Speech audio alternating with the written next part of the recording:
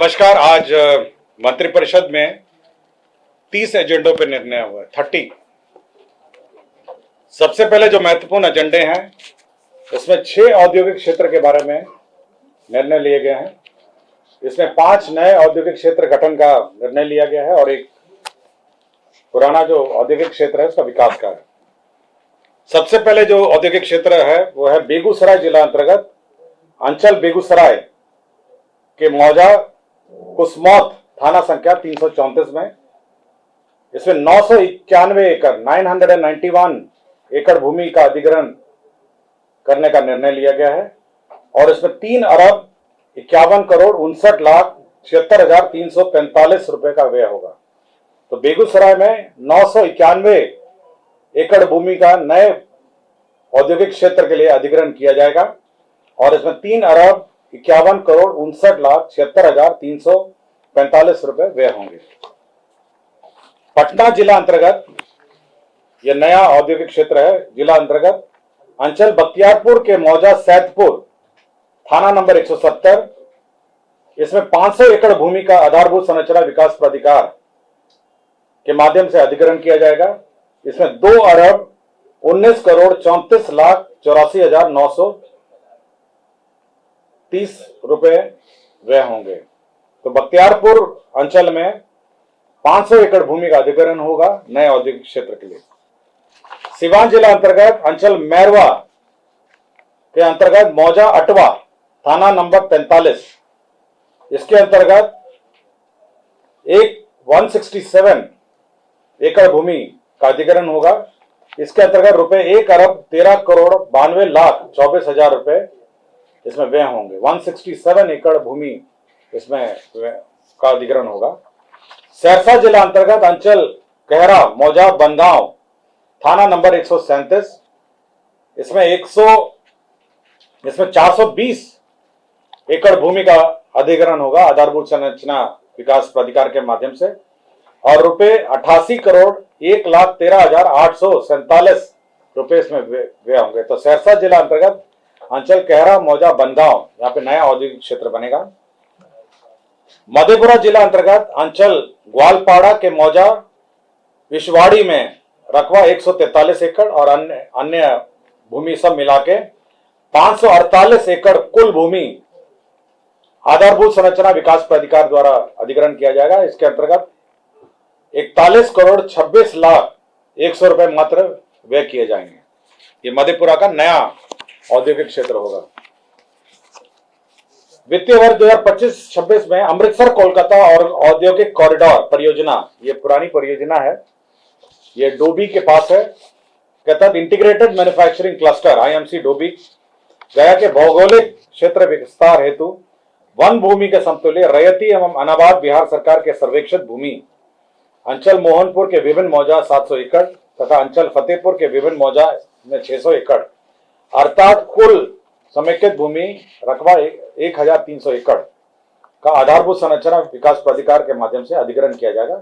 इसमें 4 अरब 16 करोड़ व्यय होंगे। उद्योग विभाग ने एक औद्योगिक इकाई को क्लियरेंस दिया है जिसमें मेसर्स मां प्रभावती टेक्सटाइल मिल्स यह polar fleece blanket cover bedsheet casement बनाएगा और इसमें कुल राशि जो है निवेश जो है 35 करोड़ 14 लाख 93,000 रुपए इसमें व्यय होंगे। तो ये नए औद्योगिक इकाई को क्लियरेंस मिला है। राज्य में एयरपोर्ट के विकास विस्तार के संबंध में मंत्रिपरिषद ने निर्णय लिया है जिसमें वीरपुर मुंगेर वाल्मीकि नगर मुजफ्फरपुर सहरसा एवं भागलपुर ग्रीनफील्ड हवाई अड्डों का ओएलएस सर्वे कराने का निर्णय लिया है। इसमें भारतीय विमानपत्तन airport authority of India limited India को 2 करोड़ 90 लाख 91,720 रुपए जीएसटी सहित भुगतान करने का निर्णय लिया है। तो मैं रिपोर्ट पढ़ देता हूं। वीरपुर मुंगेर वाल्मीकि नगर मुजफ्फरपुर सहरसा एवं भागलपुर ग्रीनफील्ड हवाई अड्डे का ओएलएस सर्वे का निर्णय लिया है। गया जी एयरपोर्ट का भी विस्तार का निर्णय लिया है। गया जी का जो रनवे है और साथ ही साथ उसका जो कैट 1 लाइट है उसको लगाने के लिए अतिरिक्त भूमि जो अधिग्रहण का निर्णय लिया है उसमें 18 एकड़ भूमि अतिरिक्त भू अर्जन करने का निर्णय लिया है। जिसमें 137 करोड़ 17 लाख 16,016 रुपए मात्र व्यय होंगे। तो गया जी एयरपोर्ट का विस्तार का निर्णय लिया गया है। लोक नायक जयप्रकाश नारायण के नेतृत्व में दिनांक 18 मार्च 74 से 21 मार्च 77 तक की अवधि में हुए आंदोलन में मीसा और DIR के अधीन 1 माह से 6 माह एवं 6 माह से अधिक अवधि तक जेल में बंद रहे व्यक्तियों को जीपी समान पेंशन में बढ़ोतरी की गई है। इसमें जो पेंशन की बढ़ोतरी है 7,500 रुपए की जगह 15,000 रुपए भुगतान होंगे और 15,000 रुपए के स्थान पर 30,000 रुपए भुगतान होंगे। मीसा DIR के मामले में 6 माह से कम कारावधि के लिए 7,500 दिए जा रहे थे, अब इसको 15,000 दिए जाएंगे और 6 माह से अधिक कारावधि के लिए 15,000 रुपए पहले दिए जा रहे थे, अब वो 30,000 रुपए हो जाएंगे। राज्य में जितने भी हमारे जिला समाहरणालय है वहां नागरिक सुविधा अनुकूल बुनियादी ढांचे यथा प्रतीक्षालय, पेयजल, शौचालय, दीदी की रसोई आदि की सुविधा उपलब्ध होगी, इसका निर्णय लिया गया है। नगर विकास एवं आवास विभाग ने पटना क्लस्टर में एकत्रित ठोस अपशिष्ट प्रबंधन हेतु प्रस्ताव लाया गया, जिसके अंतर्गत 514 करोड़ 59 लाख रुपए PPP मोड में व्यय होंगे।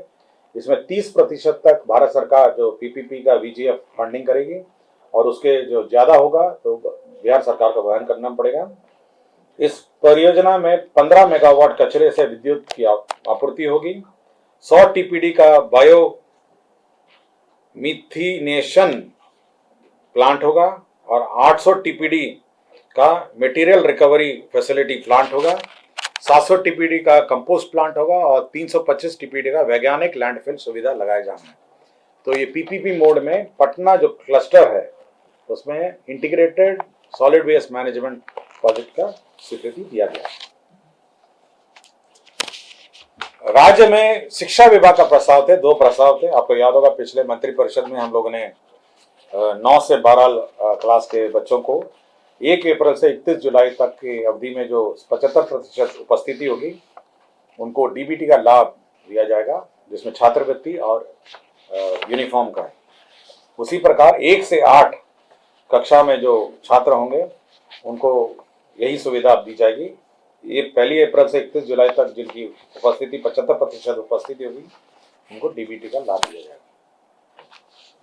पशु एवं मत्स्य संसाधन विभाग में ये पशु अस्पतालों का निर्माण नाबार्ड में RIDF मद से करने का निर्णय लिया गया। इसमें 19 जिला स्तरीय संसाधन एवं प्रशिक्षण केंद्र का भवन निर्माण होगा, 2 अनुमंडलीय पशु चिकित्सालय भवन का निर्माण होगा और 4 प्रथम वर्गीय पशु चिकित्सालय भवनों का निर्माण होगा। इसके अंतर्गत 219 करोड़ 31 लाख 75 हजार व्यय होंगे।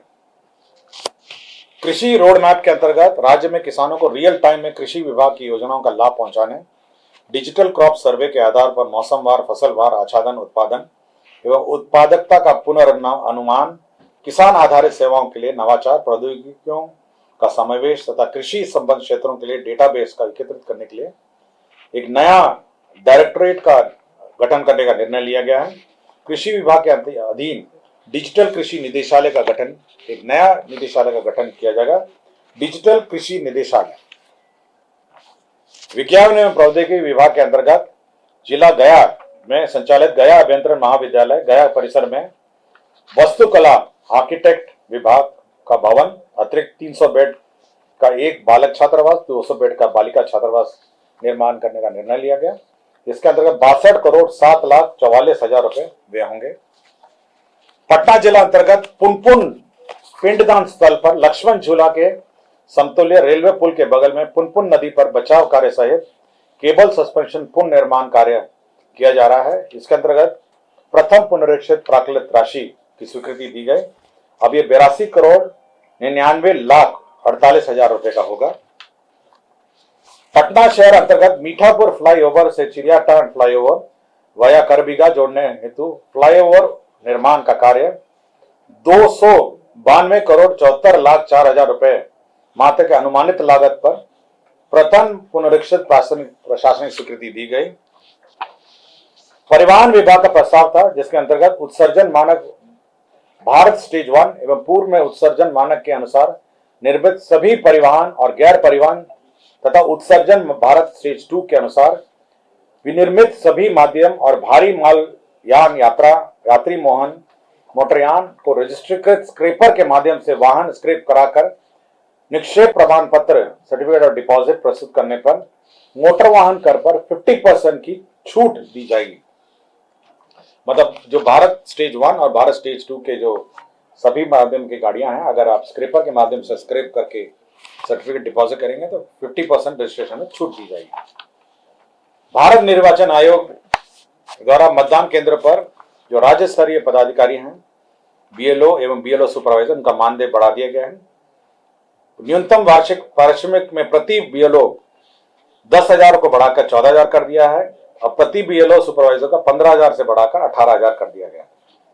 इसमें 90,712 बीएलओ कार्यरत हैं और 8,245 बीएलओ सुपरवाइजर कार्यरत हैं। इसमें 38,75,83,000 रुपए व्यय होंगे। वित्तीय वर्ष 2025-26 में राजस्व की मंत्रालय बिहार कृषि विश्वविद्यालय सबौर को अपने स्थापना मद के लिए 258 करोड़ 60 लाख रुपए सहायक अनुदान के रूप में दिया जाएगा। राज्य उपभोक्ता विवाद प्रतितोष आयोग पटना के लिए अतिरिक्त पदों का स्वीकृति दिया गया है। अल्पसंख्यक कल्याण विभाग पटना के अंतर्गत राज्य के प्रखंड अल्पसंख्यक कल्याण कार्यालय के लिए अतिरिक्त 459 पदों का निम्न वर्गीय लिपिक के पदों का सृजन किया गया है। बिहार विधान मंडल सदस्यों का वेतन भत्ता एवं पेंशन नियमावली 2006 के नियम 14 में संशोधन किया गया है। इसमें जो राशि दी जाती थी 8,300 रुपए प्रतिमाह की दर से दूरभाष, मोबाइल, इंटरनेट की भत्ता, पहले ही इनको विपत्र प्रस्तुत किए जाने थे, अब विपत्र प्रस्तुत नहीं किए जाएंगे और एक मुश्त राशि दे दी जाएगी। श्री निशित वर्मा भप्र से अपर सचिव मंत्रिमंडल सचिवालय विभाग को 2 वर्षों के लिए संविदा पर नियुक्त किया गया है।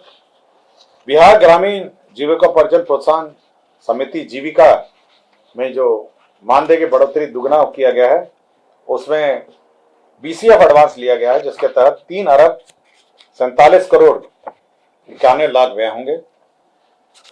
सामान्य प्रशासन विभाग की अधिसूचना संख्या 2492 दिनांक 30/11/2005 द्वारा अधिसूचित बिहार वाहन चालक भर्ती एवं सेवा शर्त नियमावली 2005 को निरसित करते हुए बिहार वाहन चालक भर्ती एवं सेवा शर्त नियमावली 2025 को अधिसूचित किया गया है। गोपालगंज जिला अंतर्गत अंचल कटैया मौजा बैरिया में थाना संख्या 72 में 6.94 एकड़ भूमि सशुल्क आधार पर बीआरएफ को स्थानांतरित किया गया और राज्य में के अंतर्गत अवस्थित निजी चिकित्सा महाविद्यालय में डीम्ड विद्यालय में स्नातक और स्नातकोत्तर पाठ्यक्रम में 50% सीटों पर नामांकन हेतु सरकारी चिकित्सा महाविद्यालय के लिए निर्धारित शुल्क के अनुरूप शुल्क निर्धारण करने के निर्णय को माननीय उच्च न्यायालय पटना द्वारा दिनांक 5/8/2025 को पारित न्यायाधीश के आलोक में स्थगित करने का निर्णय लिया गया। इसकी संतुष्टि की गई। धन्यवाद। कुल 30 एजेंडे पे निर्णय हुए हैं। बहरहाल आज की इस खबर में बस इतना ही। आगे की खबरों के लिए बने रहें हमारे साथ। आपको ये वीडियो पसंद आया हो तो कृपया इसे लाइक करें और हमारे चैनल को सब्सक्राइब करना ना भूलें। आपके सपोर्ट से हमें और बेहतर कंटेंट बनाने की प्रेरणा मिलती है। आपका एक लाइक और सब्सक्रिप्शन हमें आपकी सेवा करने का हौसला देता है। कृपया चैनल को सब्सक्राइब करें और हमारे साथ जुड़े रहें।